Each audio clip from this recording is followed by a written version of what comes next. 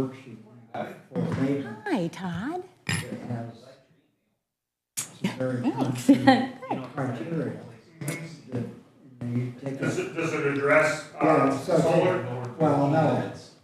But basically you're scoring the whole application. Yeah. And what your score is at the bottom then tells you how many years and days of that. And it really takes all the subjectivity out. Yeah. I think it's a smart way to go. Why I do too, from what you just said. We're ready. Oh. Sorry. We're live. Yeah. Good morning, everyone. We'll call this meeting to order, DeKalb County Commissioners. The date is July 25th, 2022. Good morning. Oh, yes. Good morning. Hey. Well, let's talk a little bit about hiring.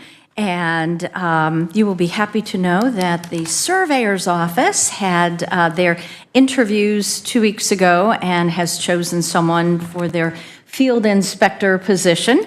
The first deputy interviewed, they opted not to go with that candidate, so we'll just kind of keep that open.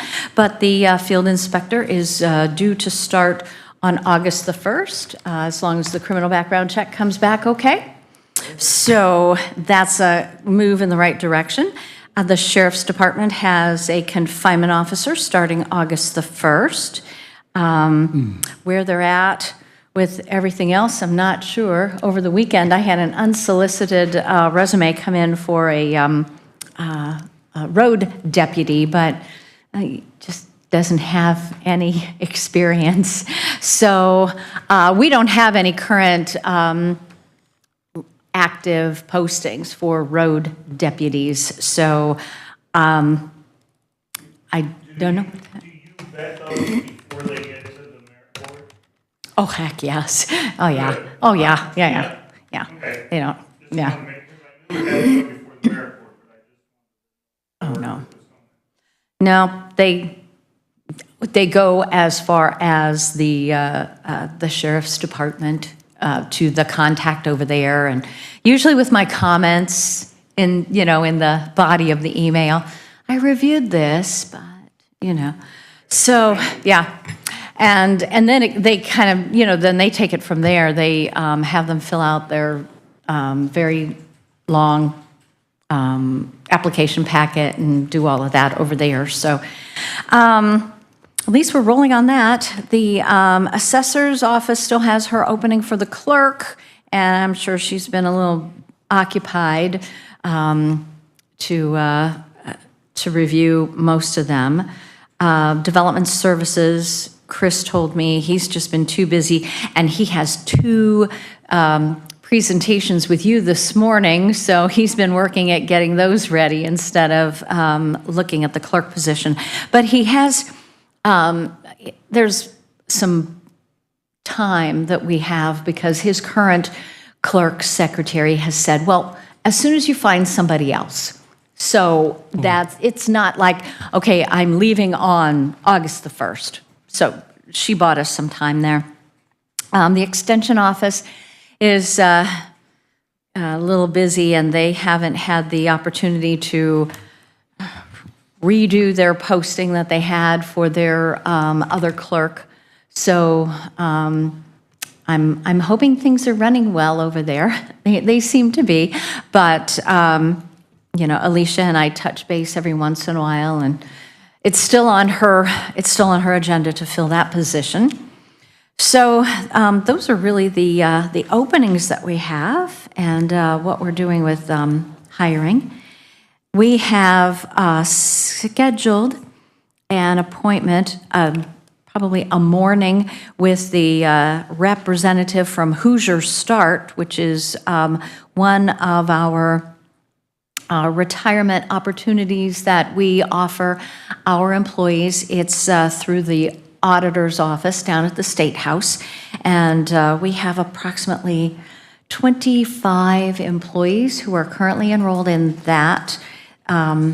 And so we're going to do August the 25th meeting so that this representative can come in and council, anyone who currently has Hoosier Start, it's a 450 something. Now I can't remember. Anyway, it's an investment opportunity, and then we will probably also open it up for our any of our new employees who are eligible to enroll. It's only for full-time employees, and we've been an affiliate of them since before I came on board. So it's been a while, but they transferred from the auditor's office and the company who had been their, I would say their third-party administrator. Empower was their retirement, was their TPA previously, and now it's nationwide. So that's, and the representative is a little closer. He's actually out of Huntington. So that's a little bit better than Indianapolis. Then in October, we're going to combine with the City of Auburn for a PERF meeting. And we haven't quite figured out all the details on that, but it'll be in October after, our busy season and before the snow flies. And we'll have that open to any employee who is currently enrolled in PERF, which is all of our full-time employees, and the same would be true for the City of Auburn. The last time we did it, the biggest location that we could come up with was City Council chambers. So, and that was pretty well attended. So that was good. It's always good to have a rep come in every so often to talk about what the opportunities are for employees to invest, their annuity. You can't do anything with your pension side, but you can certainly drive where your money is invested on that annuity side. So that's good to have an update with that. And they talk about, what you can do. And if you want to, start contributing more, because it's currently a mandatory 3% that employees put into PERF, but you can certainly put in more. So that's, those are, educational opportunities that we will have for our employees coming up. We received our June report from IPEP for our work comp claims. We had one work comp claim fall off. That was a $444 one that fell off. It was interesting. It was originally one of those where an employee had an incident, didn't report it, kind of over a weekend, a couple of days, said, now it's hurting. Report all of them, and then that way we don't have to deal with, going backwards. And so, anyway, but IPEP did honor that one, and so that one's taken care of. Then the current ones that we have two former employees who are still ongoing, and one of them, we haven't really had any new claims on that come through. That incident happened in February of 2021. And so it's hard to say where that one is because it's a former employee, and those are more difficult to communicate with. So, and that's IPEP's thing. We can give them only the current, what we had on file when the person left, or if we happen to know something. And then the other former employee, they've shelled out about $57,000 on that one. That incident was from September of 2021.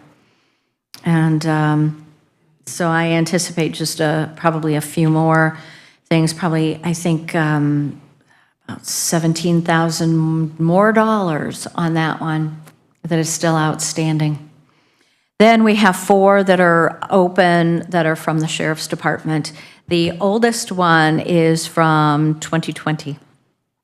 a motorist lost control of a vehicle and slid into the squad car. And so there was, it's a strain to the neck and the back.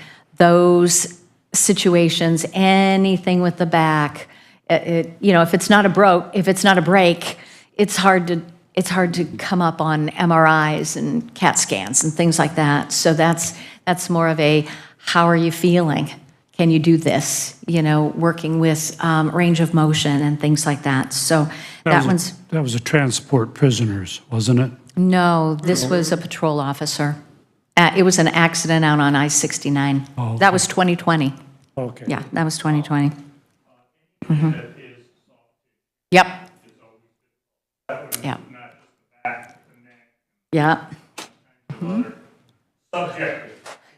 Right, yeah, exactly. And the most current one was from June. That one, a confinement officer was assisting with an inmate who was having a seizure and was bleeding from the mouth and spat into the confinement officer's face. And so whenever you have bloodborne pathogens or you have bodily fluids, things like that, that can take a while to make sure that everything is fine. And they have to go in for testing. And if there are any preventative things that can be done, IPEP will do that with the confinement officer. So that one could be on the books for a little bit longer. So we have those.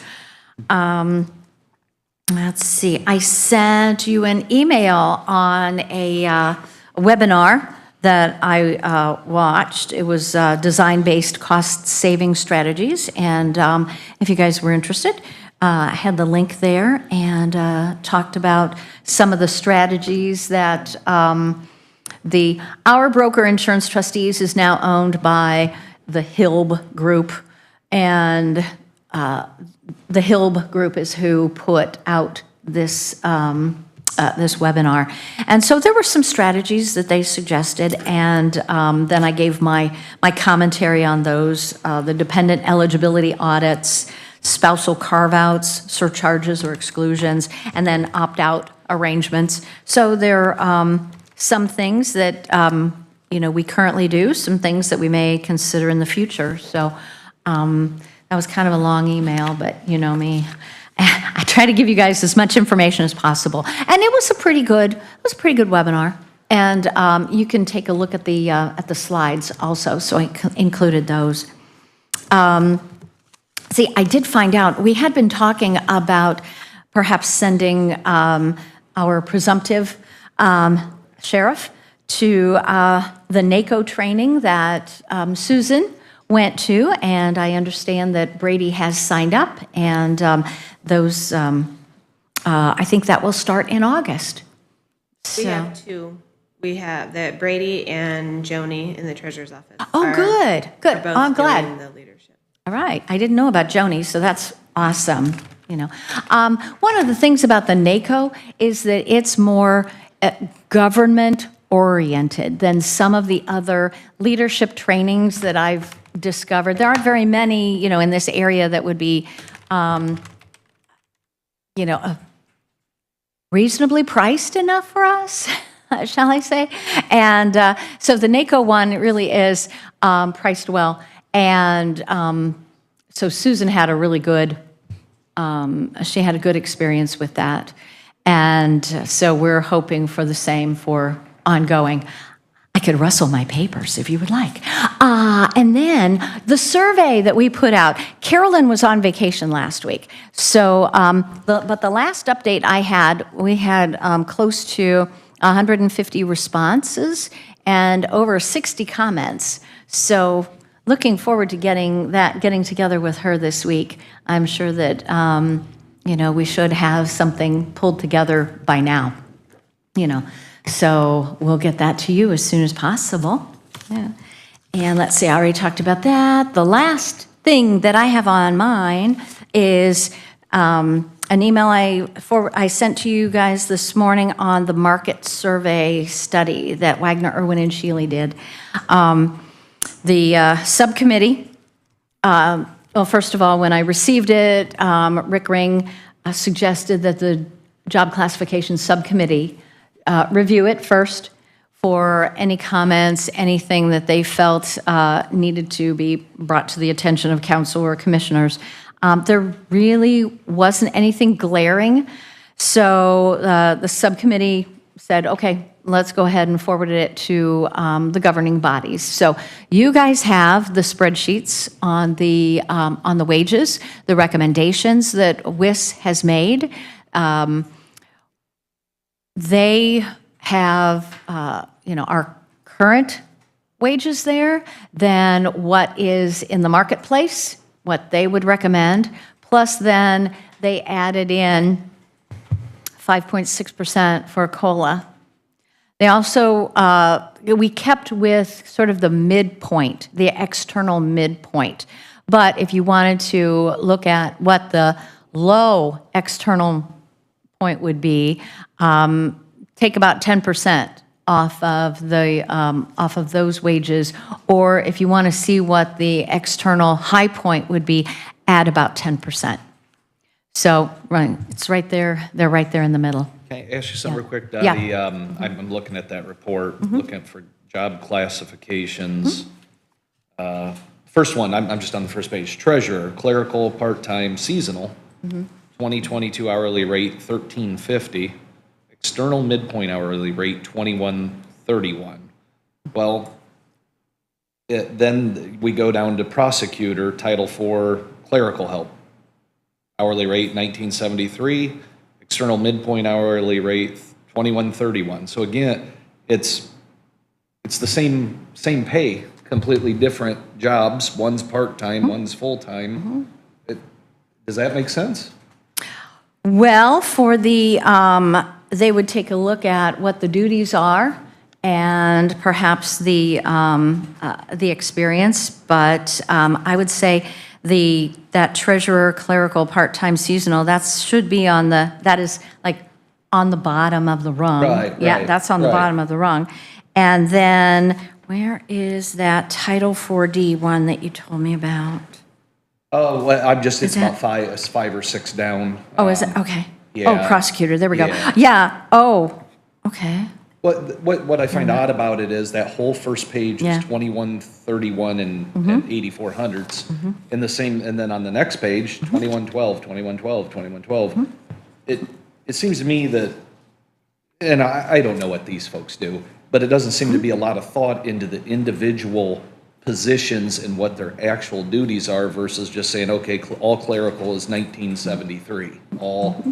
I don't know. I'd like to talk to these folks more and know how they came up with these numbers, a little They had a more. big presentation at the council meeting that it went in very much detail how they calculated all that stuff, yeah. Yep. Yeah, well, it's just interesting that they're all the same.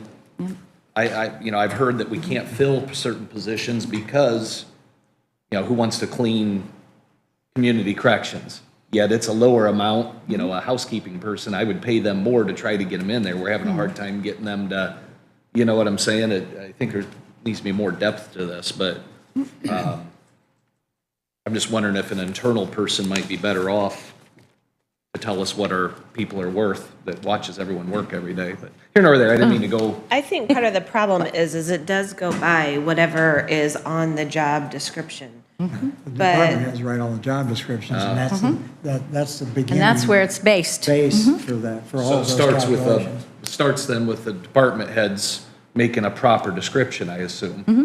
Okay. All right.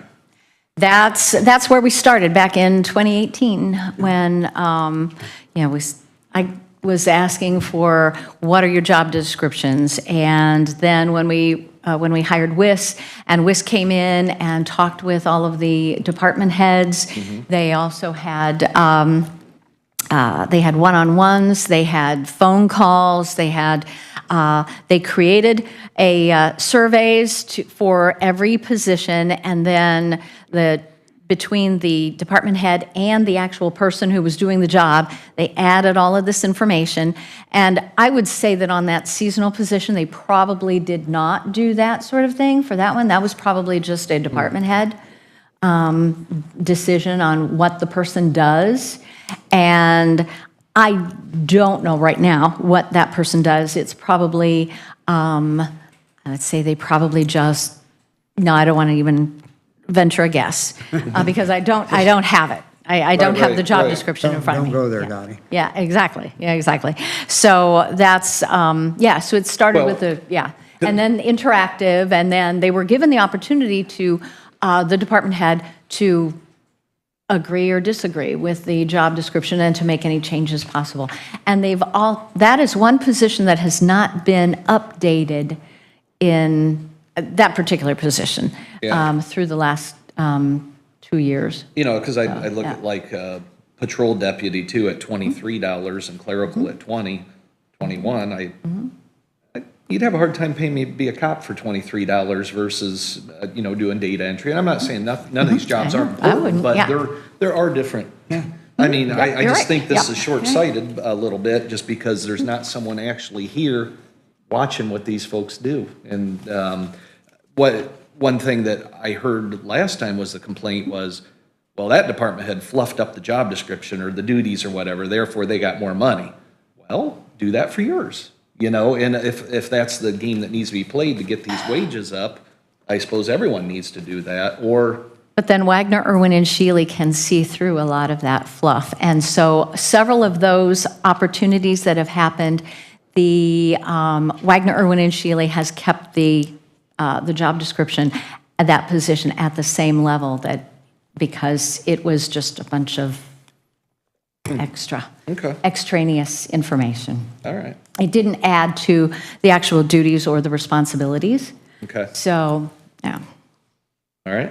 But I could see a lot of these coming back every couple of years to be reviewed, because of yeah. that. And so, and to me, it's just a game. They're gonna figure out what to put in there to get that position up versus what the day in and day out reality. of job is. Right, and that's Because like my transfer deputies or my bookkeeper or even my first deputy, they're not the same as Steuben counties. We have the same positions, but that person might not do exactly the same thing.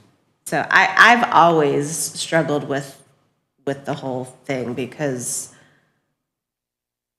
where we may do some of the same things, even here between the assessor's office and my office with transfers, we might do the same thing, but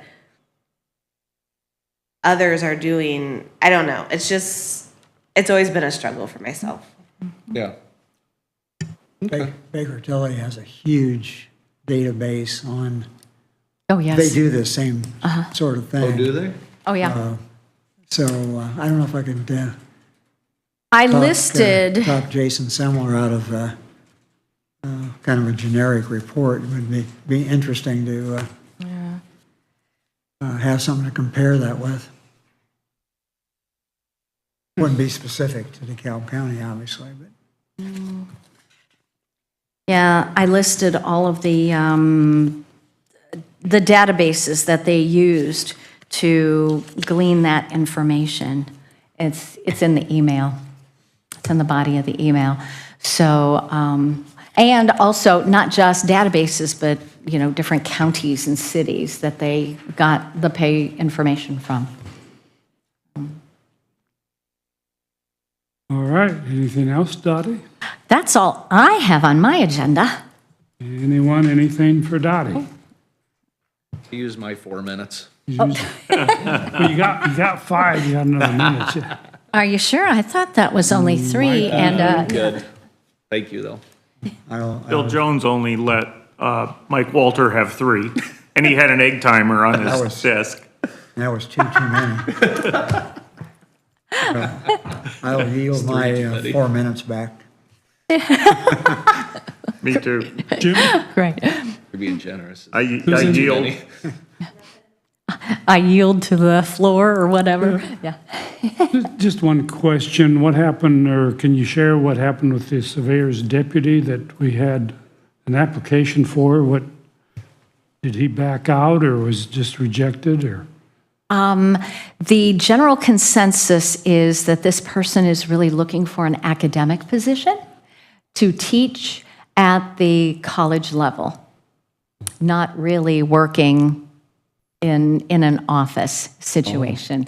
And I think that if the opportunity arose in the next month or so, with colleges looking at, filling their positions, that this person would rather go there. Yeah. No. Okay. That was actually from two different conversations. Mike and he had a conversation, and then in the interview last Monday, so. Okay. I'm just curious. Yeah. Anything else? Would have been Okay. too liberal for here anyway then. I think we're all done, and thank you, Dottie. Have a good week. Yeah, thanks. Have a good day. Yeah, you guys too. You got something for us, Larry? Yep, real quick. Get you in and get you out. I met with the gentleman that I've been talking with on this. Suggested to me that we use this for the soffit. He said, this is better. He said it's a tighter fit. Yeah. And with this other, you got opening. He goes, this would be best to use for that. So, I was wondering about that earlier when we talked about that. and then I have colors you guys to look at. Personally, pass these around. These are, this page here is what I would call shiny, the shiny metal look. They have this, it's called a crinkle, and it's more like a, I want to say dull, but it's I not like that. shiny like Have that. textured. Yes, I like the crinkle. and that is There's one I want. that's all the colors for the crinkle. Then and that would be, this is crinkle that's on here. Yeah, I like that. So when you look at it, like if it was up there, it wouldn't be like a shine coming off. Yeah, yeah. Well, look, they have pre-rusted. I saw that. Then for this, we can do the crinkle, and they also have all these colors. And that there, he suggested for underneath the porch. Okay, yeah. To look, give it more of a look.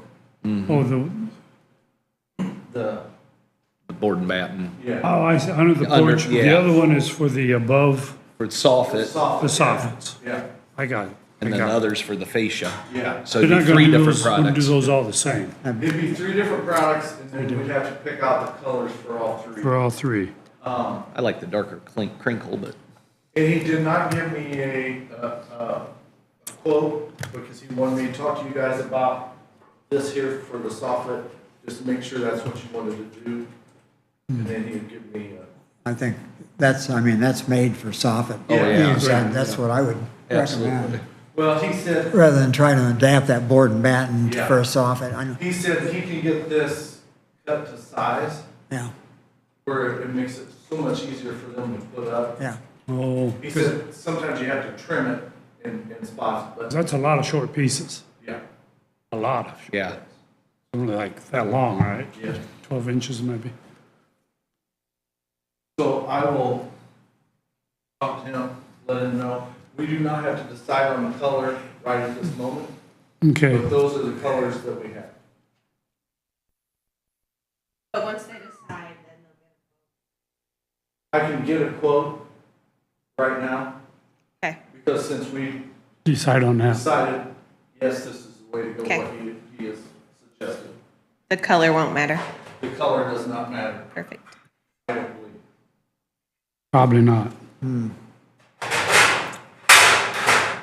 But that was loud. Everybody- it was turned off, so you're good. Okay, Talk to Jeff Cease. Am I talking loud enough? Yeah, go ahead and just hit your mic on there. Your mic back on. I talked to Jeff Cease about the sidewalk. He just gave me a verbal quote on like 100 yards. Would be $8,500. He says it's $85 a yard. And he goes, and then on top of that would be, he guessed between $1,000 to $1,500 to tear it all out. Because he goes, when I go to tear it out, he goes, I'm not sure what's down in there or how far it goes down or anything like that. With that quote is pouring a footer, put the wall on, and then doing the sidewalk. That doesn't include the wall at that price. This is just flat work, 100 yards of flat work. Yeah. So, So it's, is that square yard we're talking? yes. Yeah, not cubic yard. Yeah. Same as square yard of, So, just something for you to think about. That would be quite a bit to go all around the courthouse. Yeah.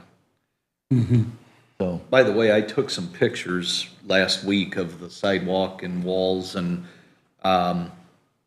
what's interesting is our wall and there's, I almost call them like deadmans. There's concrete that kicks in Yeah. every once in a while. I wonder if those were for original gas lamps maybe or something that were mounted to there. I have no idea. But what's interesting, if you really look at the wall and those pads, they've been skim coated with plaster or some type of concrete material in the past. And I think the walls aren't that bad. There's some that's missing that's definitely got a problem. But overall, I think we can drag some time out of these walls. And I like Larry's idea for the speakers, maybe just if we could get a good looking speaker that didn't ruin our light pole look. Because those light poles are actually quite beautiful. I mean, they're nice, and I think that we can maybe a concrete refinisher of some sort could spruce up what we have because the sidewalks aren't bad. The biggest concern I had, believe it or not, is our brick walkway that's in front of the flags. Yeah. That is heaving up. There are bricks that you can trip on. I got a good picture here. And that walkway, I don't think really needs to be there, or it needs to be poured in concrete flat and not be a trip hazard. I was going to bring that up when I was talking about this.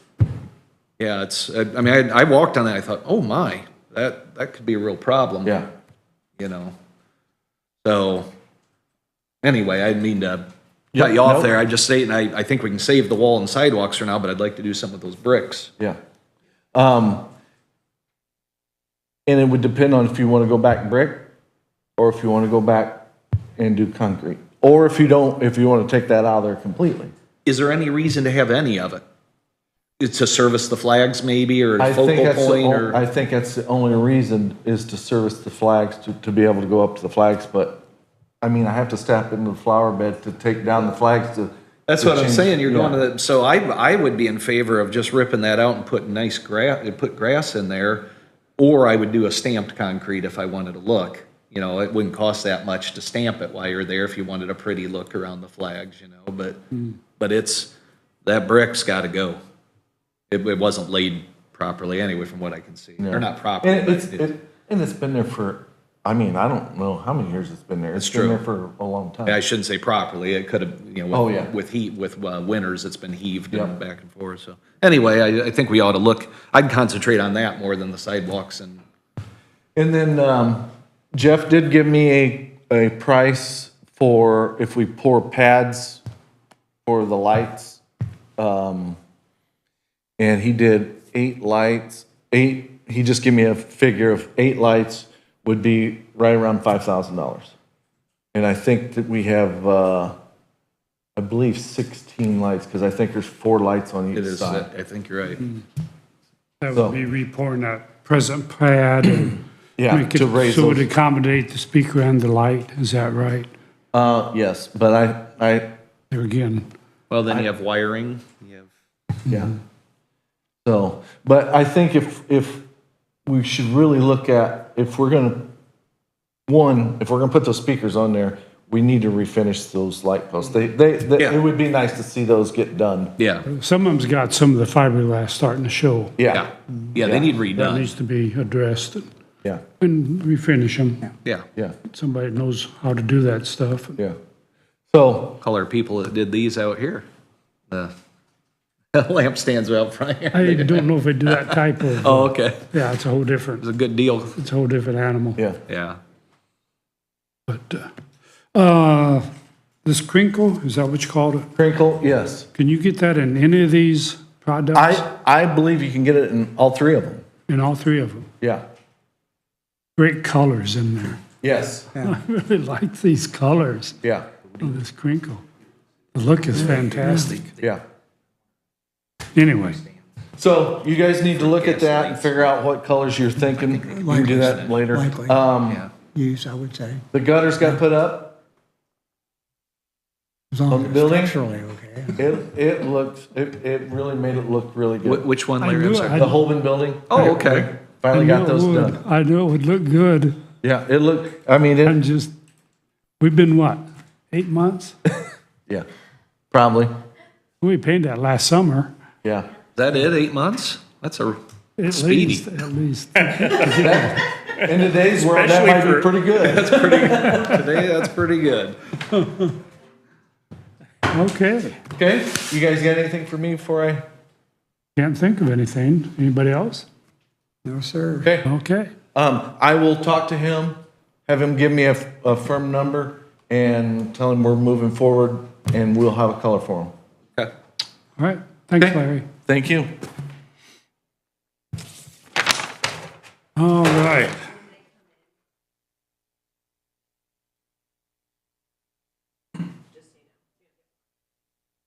This is gonna be the Just, trails. You just put his sunglasses on. I go say my welding helmet or There something. you go. Just sat here in a big silhouette. A welding helmet. Well, hey, I'll move to approve payroll. Let's Second. have a motion and second to approve payroll. Any additional comments? All those in favor signify by saying aye. Aye. Aye, opposed, same. Payroll is approved. Claims? We have this one, we have the regular claims, plus we have Sandy's earbud claims.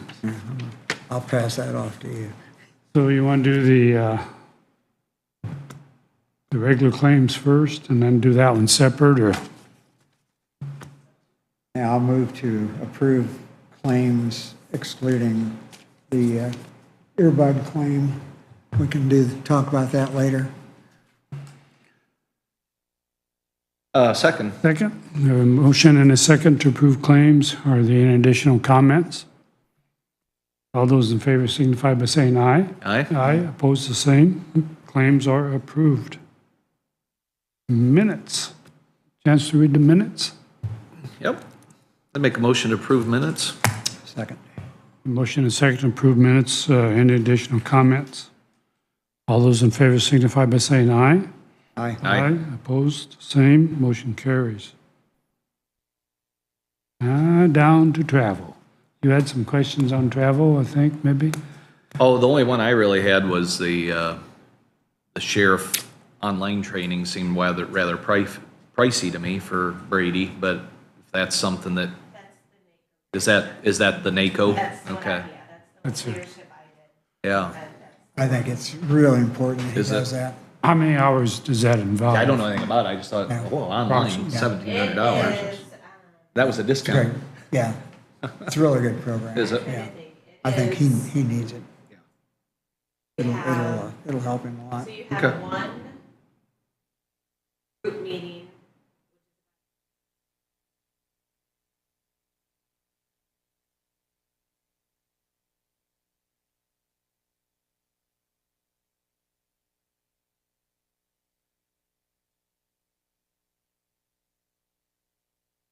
Reading and training and things that you have. And then you get together. Fans and you to talk about it. A lot. I mean, it's great. I would recommend it to anybody. And yeah, it is a discounted rate. It is expensive, but it's truly valuable. Okay. I think it's particularly important for Brady to take that course. That's fine. I just needed to know what it was, and Yeah, sure. then Officer Temez is taking some firearm or it's not just firearm, it's some type of Instruction. physical training instruction and such, and $650, which he's a great officer. I want to see him well-equipped. That kind of leads into discussion, though, if we had our own range and our own people coming in, maybe we could flip it and someday and be charging other people instead of us paying, so. Right. But I've talked to a few of the officers, though, and they say that is good training, so. Yeah. He's a superstar as far as an employee, so. Other than that, I'm good with travel. I see Cheryl Lynch came in at zeros again, so kudos to her, send her a Christmas gift. And, Is that a motion? yeah, that's a motion. I will second. A motion and a second to approve travel. Are there any additional comments? All those in favor signify by saying aye. Aye. Aye. Opposed, same. Travel is approved. NIPSCO blanket agreement, have we got it? Anything Yep. on that? I got it You here. got it. You just, I didn't have any issues with it. This is for the trees, right? If they, Yes. or brush, if they find Yeah. stuff that's out of line, they can just take care of it. Right, they don't have to come in every time to get a I think it's smart. permit to do that trimming. Easier. Did we already make a motion on that last time, or did we just told them we would do it? did a motion for the one that they were here Yes. for, Yeah. but then I need a new motion for the blanket I gotcha. and just president to sign. Okay. I'd make a motion to have the president sign the blanket agreement with NIPSCO. Second. A motion and a second. Are there any additional comments? All those in favor signify by saying aye. Aye. Aye, oppose the same, motion carries.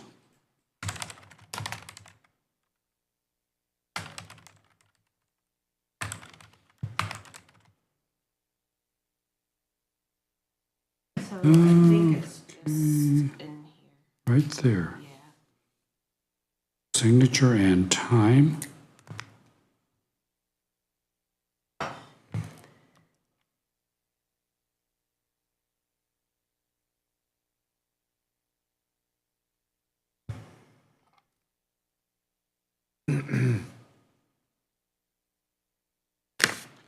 Work?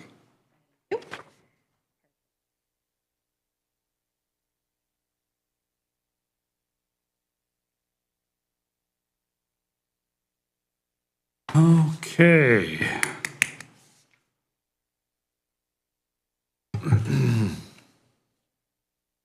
All of a sign? Oh, no, this is.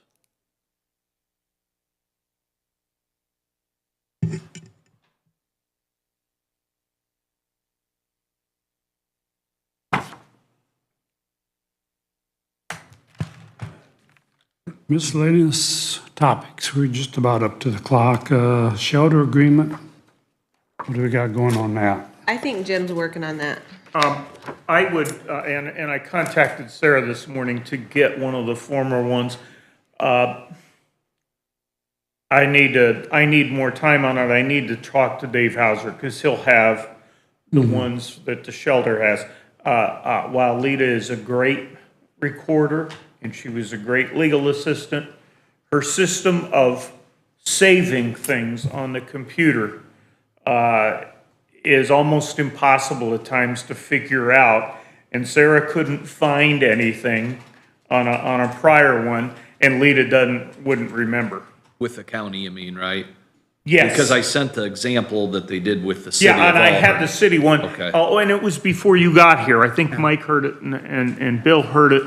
I was walking in on that conversation while you were talking, I think. Things like they have a cutoff that they won't take things overnight, like from 4 p.m. or 5 p.m. until 8 a.m. I don't know that we have the wherewithal. The city had a place to keep those animals overnight. And we don't, and there are a couple of other things that were connected with that, which is why I wanted to take a look at it from a former one. So I'll look at that and have that for next week. Okay. Okay.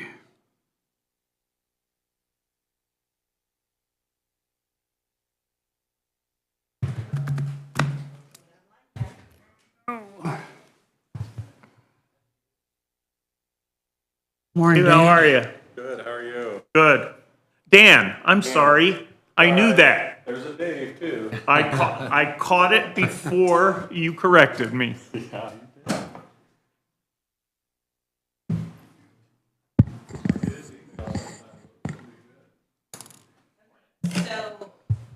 What were we supposed to work on last week, you and me and Ben? Road usage agreement for the light source BP.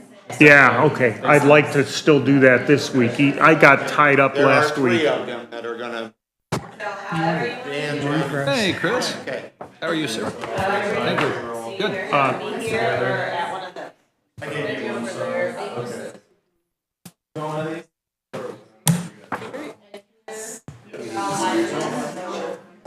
Wherever you want.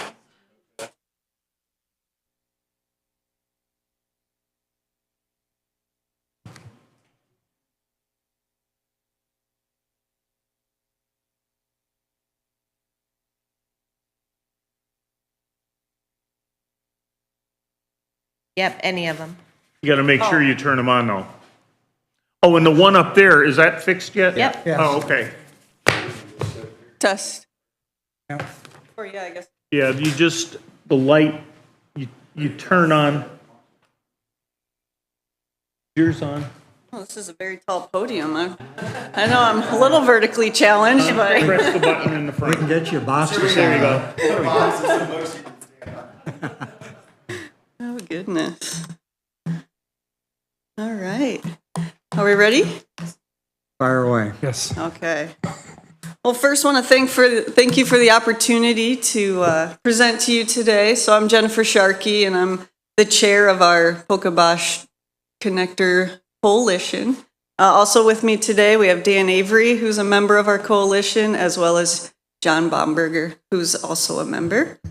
We also have a few other members, so I guess if you're a member of the coalition, just kind of raise your hand so we can visually see. Excellent. So thank you all for being here. Take them down. We'll go ahead and advance here. Dan. Just quick introduction. I think you have a printout in front of you, but just kind of the overview of the topics we'll talk about today with the Pocobosh Trail Connector, a little bit of the background in our coalition as it stands currently, and then go into a little bit of the trails in general, especially for the Northeast region, and wrap up with some of the next steps that we're looking at for the Pocobosh Coalition. So next. So just if you're not familiar, so this is an 81-mile long corridor. There's about 50% of that corridor that will be completed either currently or in the near future. But as you can see, there's a lot of entities and communities involved. There's 4 counties and 7 cities and towns that this regional trail traverses. And then just a little statistics there. Within 1 mile of the trail, there's quite a bit of individuals that would be connected via the 2020 census, as well as a lot of employees and employers along that corridor. So if we can move forward here. Again, with the 4 counties involved, looking at the population total, could reach just under 500,000 individuals, as well as about 249,000 employees within that mile distance of the Pocobosh Regional Trail. So it's just a very important corridor for alternative transportation, recreation, as well as some economic development and other related opportunities. So moving forward, now as we look a little bit more regionally, you can see how this regional connector trail, that's also part of the state visionary plan that the Indiana DNR did back in, I believe, 2016, or excuse me, 2006, I believe. But as you can see here, there was a couple charrettes that happened about 10 years ago to look at regional trails within Northeast Indiana. So you can see that 12-county region there, the highlighted in yellow, if you can depict it on the screen, that's the Pocobosh Regional Corridor, but then also branching off of that to reach out into the other regions, other counties. You can see a little bit of statistics there with the population and employment base that would be connected via this trail. So moving forward, just looking at a little bit of the progress by county.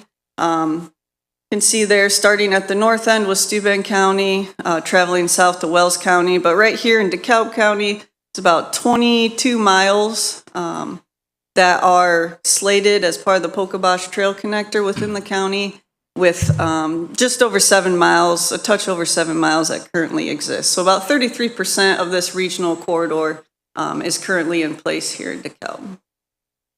And as we move forward, we'll look a little bit more, breaking it down by jurisdiction. This is just an overall depiction of the jurisdiction and what each city, town, as well as unincorporated or county areas have completed. But I'll move forward here and we'll kind of look. So you can look on your handout there for specific areas, but we'll focus in here on DeKalb County as well as Waterloo and Auburn. So the next slide here, with one more, please. DeKalb County. So again, we have DeKalb County would total about 22 miles of the Pocahbosh Trail within the jurisdiction here. 27% of that represents 27% of the entire regional trail.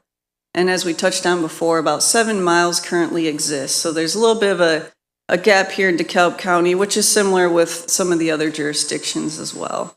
But you can see how this corridor would impact your constituents here in DeKalb County. So with the 2020 census, with the total population, you can see that about 33% of your population are within 1 mile of this corridor.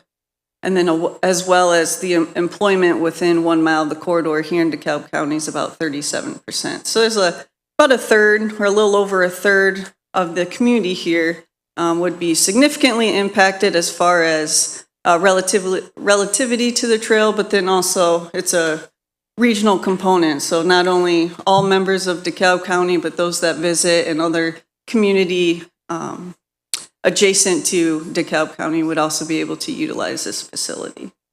So as we move forward, you can look at the town of Waterloo and the progress that's been made there. Town of Waterloo portion is about 2% of the entire regional trail and has just under 1 mile that currently exists. So 41% of their portion is completed. And again, you can see the population that lives within a mile of that trail, as well as the employment base there within a mile of that trail. So about 100%, just a touch under 100% of the population of Waterloo are within that 1 mile walking distance of the trail. And then about 39% of the employment opportunities in that region are within 1 mile of the trail segment. And then moving forward to the city of Auburn, the last one we'll talk about here, statistically speaking. So about 74% of the population here in Auburn would be within 1 mile of the trail corridor, with 76% of the employment opportunities being able to access the trail within that mile radius. So as you can see, about 5% of the entire regional trail network lies within the city of Auburn, and just under 4 miles currently exist, or about 84% of the Auburn segment has been completed. So there's been a lot of good progress here within DeKalb County and the cities and towns here, and we're here to just continue to promote and help support that development moving forward. So we'll flip through a little quickly with the remainder of the slides, going over Allen County, and then it breaks it down into the town of Huntertown and city of Fort Wayne. So again, we won't go through some of these statistics here verbally, but you have on your handout if you'd like to look at it a little closer. And then ending up in the southern part with Wells County, and then of course the jurisdictions there, town of Ossian, as well as the city of Bluffton, which is where the terminus would be of this trail network at the Wabash State Park there, just southeast of Bluffton. So now I will turn it over to Dan, who will give us a little bit more information on the Northeast region, as well as the trail development as a whole. Thank you. Thanks, Jennifer. The Pocahbosh Coalition kind of got kicked off back in April of 2021. Senator Cruz and Mayor Henry of Fort Wayne pulled together and hosted, I would say, a meeting that a number of folks from all 4 counties came and attended, as well as some state officials and DNR reps and NDOT reps to just discuss the trail and see how we could, or if there was interest in advancing the trail and having a group come together to help promote that. And at the end of the meeting, we kind of took a straw poll, and there seemed to be interest in forming a regional trail coalition. And so we followed up then with that to get that off of the ground. Some of the history of trail development, and of course, one of the earliest trails is right here in DeKalb County in the Auburn Waterloo Trail, probably one of the earliest trails that was built in northeast Indiana. Bluffton also has a nice greenway trail along the river, and the city of Fort Wayne, of course, has an extensive greenway system, and those were all in the 70s and 80s, and then things kind of settled down and there wasn't a whole lot of trail growth. But then somewhere around the mid-90s, there was some grassroots efforts from folks in primarily initially in Allen County that wanted to see more trails. There was a national emphasis where the transportation bills, the federal transportation bills, started making funding available for trail development. And we started to see infrastructure develop and get incorporated into more of a formal transportation planning process. So NERC, in our sister agency, Region 3A, that was based out of Kendallville, we started to do some regional bicycle and pedestrian planning, trail planning. We hosted a charrette that was held up here in Auburn, out at the museum in 2007. And our regional planning groups approved those. And then we held a second charrette in 2015. And that was in part to help come collectively together on identifying some of the most important trails within the region, because we knew the regional cities program was going to help sponsor some trail development, and the regional partnership was developing the Road to 1 Million, and so we collectively came together to help identify what were some of the primary trails. And of course, the Pocobosh Connector was one that was identified as kind of a primary spine that goes through the region. And we had the results of that second charrette and the priorities were approved by the Mayor and Commissioners Caucus, as well as by the NERC Board and the Region 3A Board. We also branched out and did a trail branding. We felt that in order to promote the trail system in Northeast Indiana, we needed to come up with a name. We needed to get some common signage together so that as we developed these trails, there was some consistency.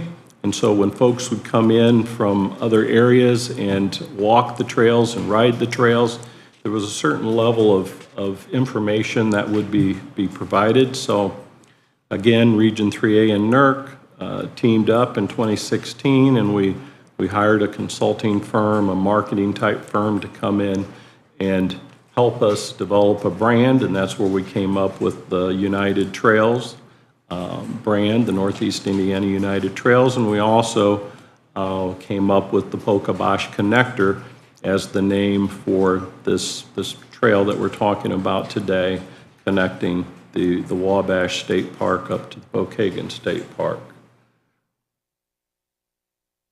Some of the examples that have come from the trail branding, this is an example of some of the signage that's here in DeKalb County. There's some examples of signage in Fort Wayne and Allen County. We've got this similar signage again in Wabash, LaGrow, and Wabash County. In the city of Huntington. I want to jump in now to the benefits of trails and discuss just those a little bit and why we're so adamant about trying to get this trail constructed. We've known for a long time that trails provide, a safe place for folks to bike and walk and jog. They serve as linear parks, and oftentimes connect larger parks to one another. They promote healthy lifestyles. They connect neighborhoods to neighborhoods and neighborhoods to other activity centers like schools and commercial areas. And they also, especially with a trail like the Pocobosh Connector, connect communities to each other. Additional benefits of trails, we know that they increase the value of property, nearby properties. They boost spending. Communities along trails, in some cases, become trail towns, and so they can get a core type of retail that is focused at providing amenities that trail users want to use, like restaurants, snack shops. Ice cream seems to be a popular thing, and maybe craft beer may fit in that mix as well. You do have to have some refreshments and, carb up a little bit. Beer and ice cream, yeah. But in a lot of communities, and this is an example of I believe it's in LeGros, where this restaurant came in right after the trail was there, and we think it was, the decision to put it there had at least part of the decision was that the trail was there and would be bringing people by their development. Trails make communities more attractive. Homeowners rank walking and biking paths as one of the most important features when they're looking at communities. They influence business locations, and companies also choose where to locate in communities where there's a high level of amenities. Trails can reduce medical costs by encouraging a healthier lifestyle, maybe less the ice cream and craft beer. It can help revitalize depressed areas. They provide transportation options and can reduce fuel costs for folks. They can provide low-cost recreation. Again, they increase tax revenues in communities. Young professionals like active transportation and like to take advantage of that. Seniors also seem to like to take advantage of the trails and use those for exercise. And the result of that is attracting the youth and the young talent and retaining the seniors and the wealth that they hold, we feel is very important to Northeast Indiana. The trail benefits also represent a huge return on investment. Cost of land acquisition, construction, and maintenance are far outweighed by their economic benefits. And I think lastly, and I think DeKalb County has had the opportunity to go through one of the training sessions on the economic development and how economic development has really shifted over time, where it's no longer chasing businesses as much as it is working to improve the quality of life in our communities, because the quality of life is economic development. And we know that trails improve the quality of life and quality of place, and therefore they provide, they are an economic development tool that we know now people, especially when jobs are quite plentiful now, people don't follow the jobs. They choose where they want to live based on the communities and the amenities that they provide. Things besides trails, too, quality of school, affordable housing, but trails play a role in that, and once they locate, then they find their job. And this, I believe, we turn back over to Jen.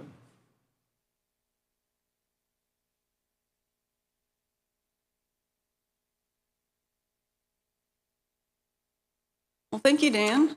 And yeah, I'll bring it back to one of the first slides that Dan talked about with the formation of the coalition. So based on that regional meeting that was down in Fort Wayne with Mayor Henry, Senator Cruz, and other representatives from across the northeast part of the state here, we did convene our first official meeting in June 21st of 2021, so just over a year ago. And since that time, we've been meeting monthly.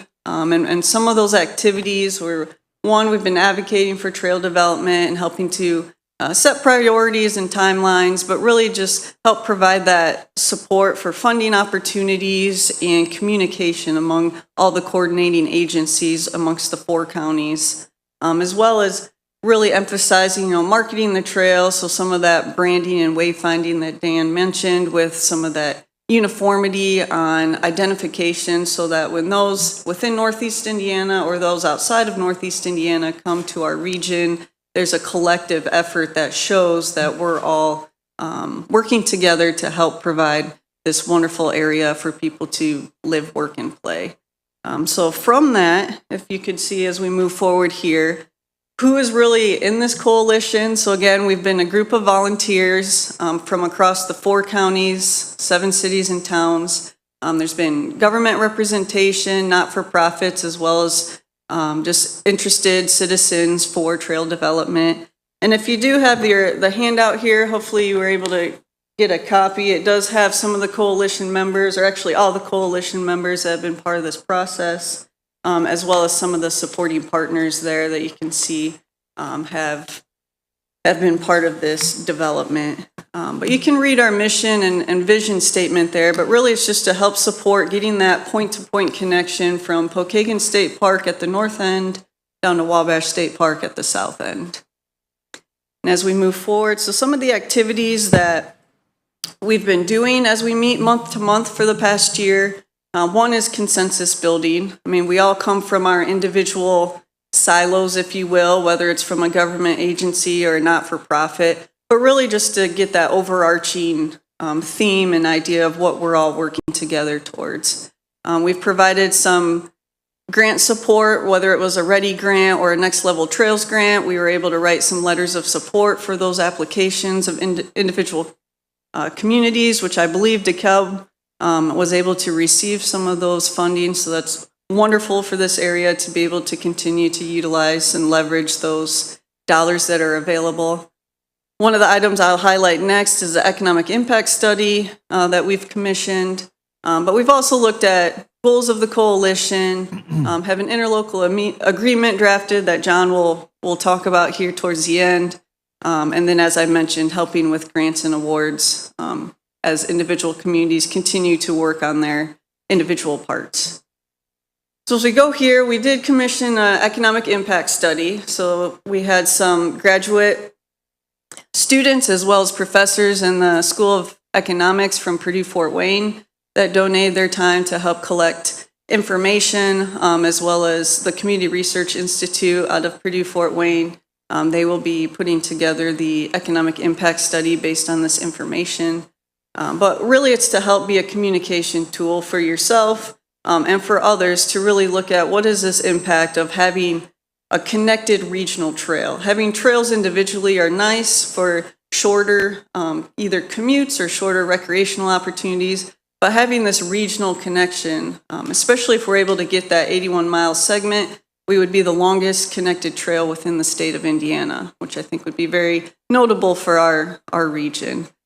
But it was very important to us to look regionally, so not just take other economic impact studies at face value, but really see what will impact each county as well as the region as a whole. So we'll be looking to get that information, and our next slide here shows the timeline for those activities.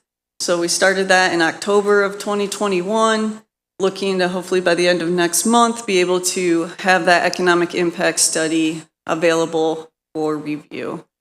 So we are in the process, and I think we've raised about 80% of the cost thus far and are close to having 100% of the cost raised for this study.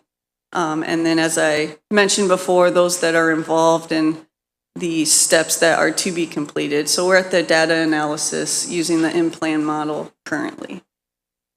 So if we go one more, this is where I'll turn it over to John, and he will talk about the interlocal agreement. Thank you, Jen. When we first began meeting as a coalition, one of the first jobs on our to-do list was to figure out how we could best organize our effort to promote the trail, and recognizing that there are other similar trails in the state that are point-to-point destination trails, such as the Monon, the Cardinal Greenway, the Pumpkin Vine. And we looked at how those long trails were completed. And we found that they were all done in different ways. We were hoping we would find a model that we could follow. But for the most part, some of them were done because there was a very large resource that they could draw from for funding. Others were done by nonprofits that had funding sources. In our case, we looked at and compared, forming a new nonprofit versus using a government form, a form of cooperative engagement of all of the communities along the trail. And the cooperative form actually is something that's in the Indiana statutes called an interlocal cooperation statute. And that interlocal cooperation statute allows for a group of communities to come together and form a board or a commission to engage in a particular activity, which connects all of the communities together and gives some political force, if you will, to the effort to complete the trail. And in looking at the possibilities, we came upon the interlocal agreement as our preferred method to go forward. The interlocal agreement is an agreement that's set up by statute, and it's in Indiana Code Title 36171 and thereafter, and it is an agreement between all of the communities along the trail to establish a commission, one vote, one community, one vote.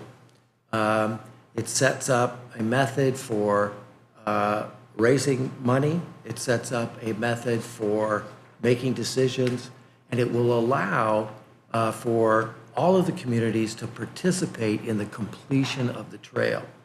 The interlocal agreement sets up a task force, and this task force then will be charged with completing the point-to-point trail from Wabash State Park to Pokagon State Park.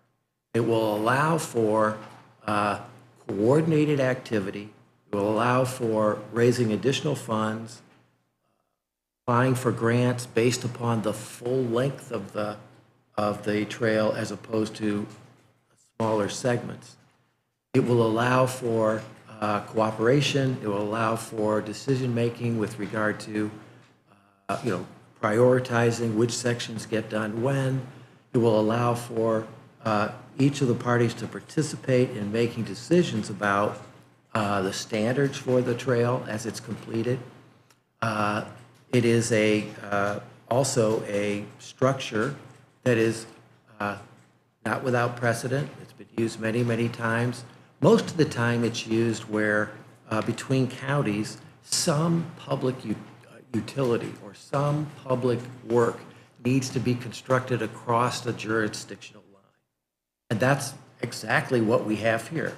We have a trail that needs to be completed and constructed across many jurisdictional lines, all the way from one end to the other, from Wabash to Pokagon. And so the agreement itself complies with the statute. It's lined up in such a way that it will allow the communities, and each community would nominate a commissioner, and then those commissioners would meet and do the things that succeed with the vision and mission of our coalition. So this is sort of a passing on from the loosely formed coalition to a more formal body that can actually have impact to complete the trail from one end to the other. Obviously, there's a lot of hard work that needs to be done. Obviously, we have to raise the money, we have to build the trail. This commission will be helpful in getting that accomplished, and will allow for the communities to talk to one another, will allow for the communities to coordinate with one another as the trail is completed. It is an agreement that is limited in duration.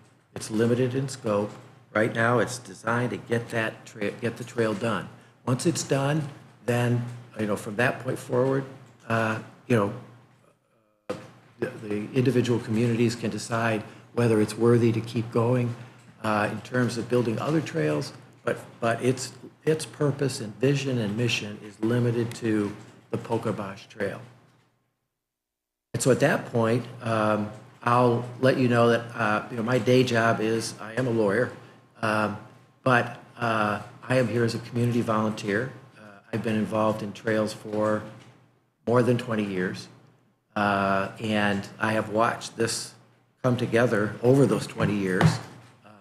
In Allen County, I've watched two big trails come together in terms of the towpath trail in southwest Allen County, and the portion of this trail in northern Allen County, the Puffer Belly Trail. And I can tell you the reaction and appreciation through the community has been magnificent, and both of those trails are very, very much appreciated. I think when we get this done, you'll see the same thing happen region-wide. And I'll be happy to answer questions on the idea. Yeah, so just to summarize what's next, so we've talked about the economic impact study that we'll be providing here shortly once we're able to finalize that with our Community Research Institute, and then work with each jurisdiction on this interlocal agreement, as well as support the established task force as community members to those that each agency appoints. So appreciate John. He's done a lot of work to put this together. I believe there's also a resolution that was in your packet. And John, if you want to speak to the resolution just quickly on what that represents. The resolution before you is a resolution approving the interlocal agreement in its current form. Subject, however, to all the other communities agreeing to the agreement. And once we have the agreement of all of them, then we would be in a position to go forward and sign the agreement. So in other words, this is a preliminary approval saying that yes, this interlocal agreement is approved, subject, however, to the remaining communities approving it in a form that's acceptable to you all. So just the first step in moving forward with the interlocal agreement.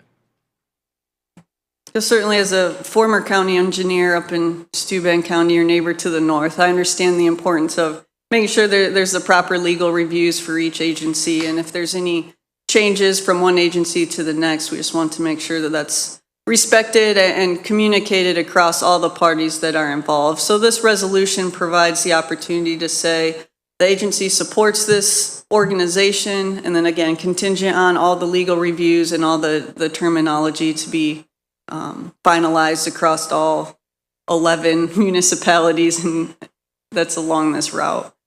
So with that, I think, we will entertain any questions from the group here. All right, any questions or comments from the commissioners? Quick question. The trail that's the Waterloo Trail that was, I believe, built with donations from Auburn to Waterloo, the 3-foot wide trail that I used to ride in the 70s as a kid. What's the estimated cost to bring that up to the standard you want? I assume you want to go asphalt 8-foot wide or something like that. What would that cost in your estimation to complete that trail? We have We've received a grant. We have a grant. Yeah. What's the total cost on that? We received a grant for 1.2 million, and I believe the total cost was does that sound about right? About 2 million. 2 million? Yeah. Okay. And you already have a grant for 1.2? That's correct. And then going from Waterloo, I assume DeKalb County would be responsible to go up between Ashley and Hamilton at the county line there. Is there any estimates on what that might cost? I believe in the study we were just looking at, it's about. We just did that estimate, totally pulling it out of the air just last week. Yeah. Okay. Actually, north out of Waterloo and south from Rick, Auburn. Rick, you need to come to the podium. We need to develop the cost from Waterloo to the county line and then from south of Auburn to the South County line. Okay. Huntertown is about ready to meet up with us, or Allen County is about ready to meet up with us at County Road 9A. Okay. So they're coming out of Allen County now, so. Yeah. Because you have, we already have the infrastructure per se in place between Auburn and Waterloo. We have the right-of-ways there and the land. That's not an issue. I was just wondering, are you going to follow like County Road 427, I assume, all the way into Waterloo? That is one of the proposals, yes. It's like road And right-of-way? I believe that's what Steuben County is doing, and they're working with Trine University, come out of Angola and follow Old 27. Down in Wells County, they're coming up from Bluffton north along State Road 1. State Road 1? So, Okay. and they're out of Bluffton already, I believe. Okay. Or just coming out of Bluffton. Okay. But there's a lot of work to be done here yet. And there's a lot of, I think there are many grants out there that we can go for. There's a lot of details that have to be worked out, not only with this group, but also with the commissioners and Auburn, Waterloo, to make sure that we're working in unison. One of the things we don't want to do is have Allen County meet up at 9A and us go down 11A and 327 and be that far apart from each other. Right. So we do need to work together. Okay. Okay. One other quick question. The financial obligation spelled out in the interlocal agreement, is there any idea of what the initial financial obligation would be for DeKalb County to start off on a yearly basis, or? We looked at that issue and decided that that's something best decided by the commission once it's established. So that, once they've been appointed, met, and understand their, the task before them, that they are probably the best folks to work on a budget and then a financial obligation. So one of the most important things to remember is that this is a coordinating council, if you will, and a supportive council for the completion of the trail. It's not anticipated that there will be significant expense in this organization. Okay. What it's designed to do is to administer, to help coordinate and make sure that we're making the right decisions. It will be able to raise additional funds to benefit everyone, okay? But it's not going to be drawing funds for itself. It will be helping make the dollars you spend smarter.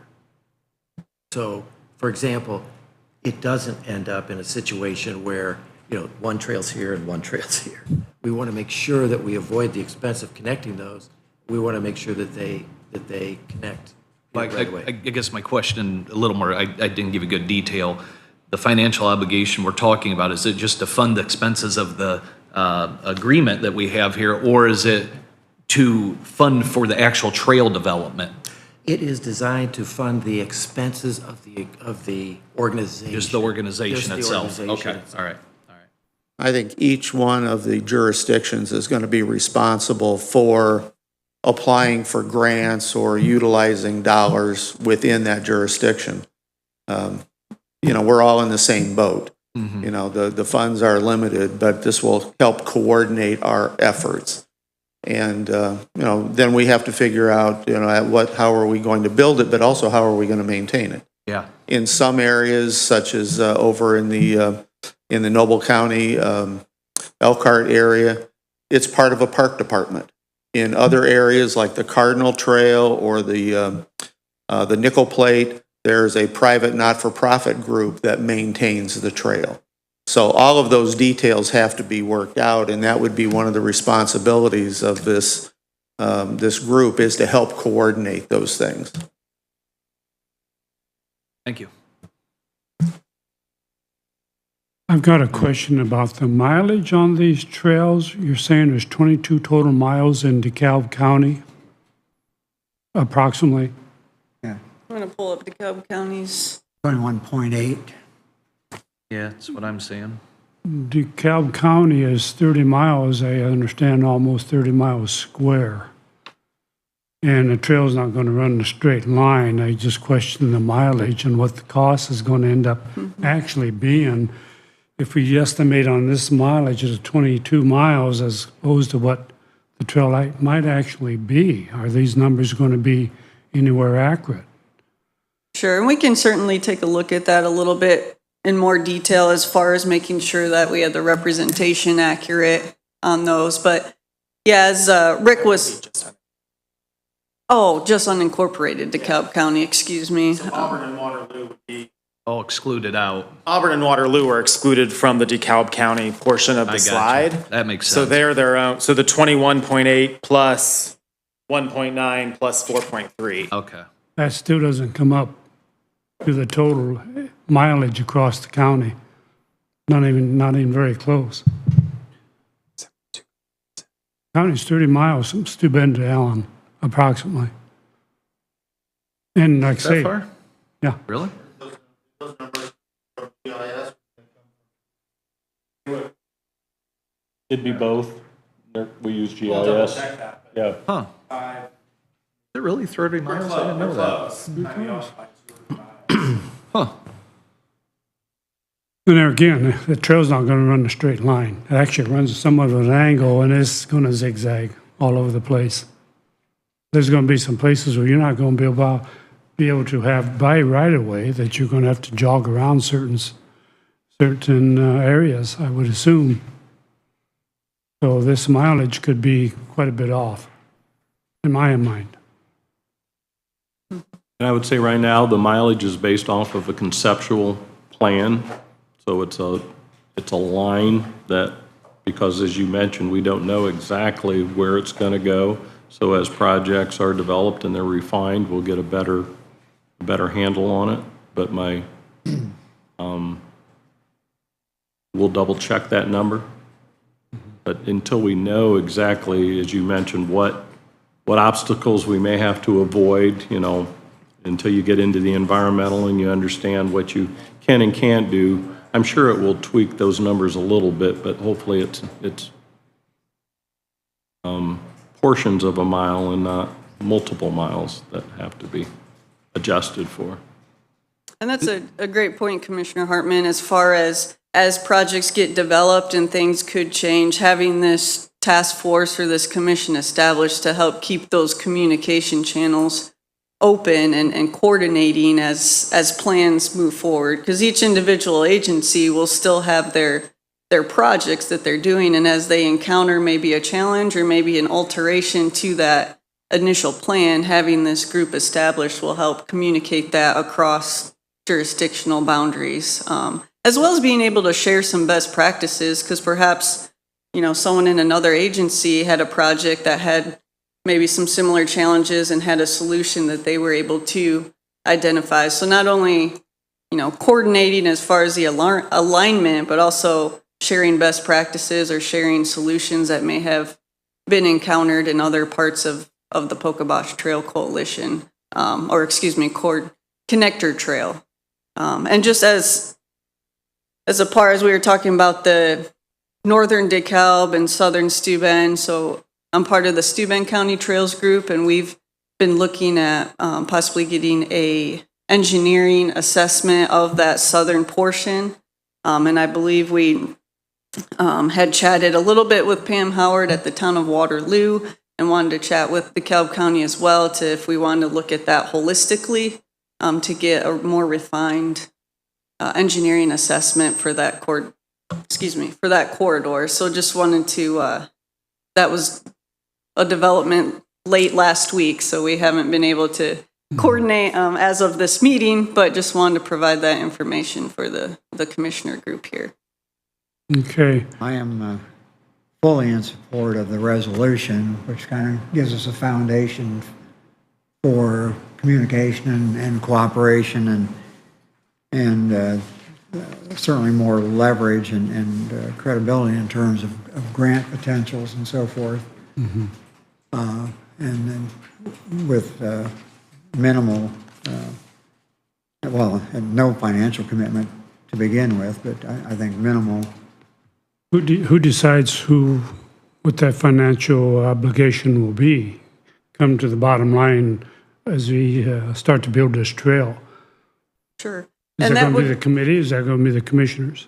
that would be the task committee. So each representative from each agency has an equal vote. So it would be all equal. And then that task force comes up with that budget, the goals, initiatives, and then presents that to the agencies for however that allocation method is determined by the task force. And there is a withdrawal clause. So this isn't where you sign it and locked in for 5, 10 years, whatever the term may be. I believe the interlocal agreement has 5 years at this time. So there is a withdrawal clause if for some reason an agreement cannot be made amongst the agencies. But that's the hope, that the task force with equal representation would be able to work with that. Okay. We are up against the clock. Yes. We have a pledge to do, and a quarter after we have another appointment, another basic bill on the agenda. So I think we're going to need to table this till next week before we make a decision. So we will recess for the pledge. And I don't think that they intended for you guys to make a decision today, but if you could do that resolution or consider that resolution at one of your upcoming meetings. And as far as that agreement is concerned, every one of the county and city attorneys needs to agree that it's a signable